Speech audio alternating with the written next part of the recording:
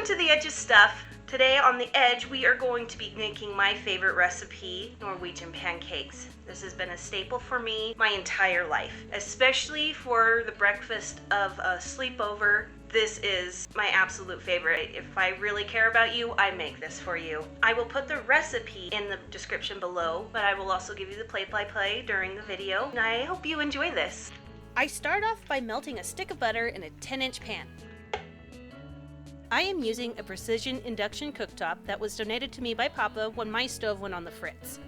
Here I am measuring out a cup of flour. I am using just my 1/4 cup measuring cup to measure everything out to reduce the amount of dishes that I have at the end of this. Now I add a 1/4 cup of brown sugar and I mix it in with the flour to smooth out any lumps that I might get later. Here I'm adding a dash of Scandinavian spice, cardamom, and just a little nutmeg.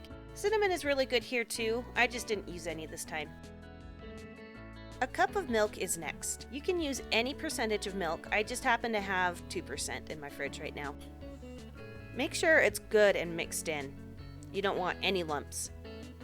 The butter should be done melting by now. Once it's fully melted, you want to put it in with the rest of the batter. Mix completely. Now I'm adding 3 large eggs to the mix. A little egg cracking hack, just crack your eggs on your countertop, then you don't get any eggshells in your food. Now I'm adding a splash of vanilla. That's probably equal to about a 1/2 tablespoon. My cooking temperature is at 320 degrees Fahrenheit, or medium high. I want to emphasize here that you don't need to wipe out the butter. It really tastes good on the pancake. Using the same 1/4 size measuring cup I used to measure the ingredients, I scoop the batter into the pan, which is the perfect amount to cover this 10-inch pan.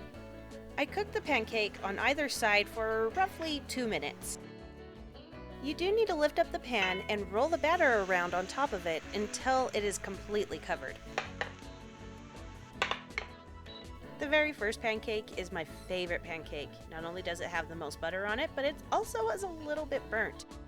In a lot of ways, I think Norwegian pancakes are a lot better than crepes. Crepes, you do have to dress up to make them edible, but that's just my bias. I never really grew up with crepes, and so, French people or anybody who grew up with crepes probably think differently, but I love the fact that you can eat a Norwegian pancake on the go, and you don't have to worry about a mess. The kids are too impatient to wait till all the pancakes are done, so I go ahead and let them have some. But this is pretty much the rest of the process. You just do this over and over again until the pancake batter is all gone.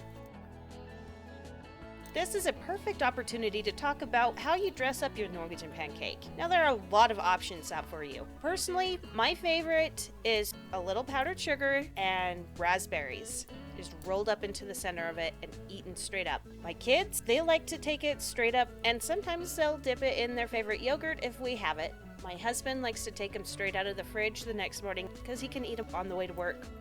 I hope you enjoyed cooking with me today. I really enjoy this recipe. This is my absolute favorite. I've said that a million times, I know. If you like this video, give it a big thumbs up. It would help me out a lot. Join me again soon. Bye.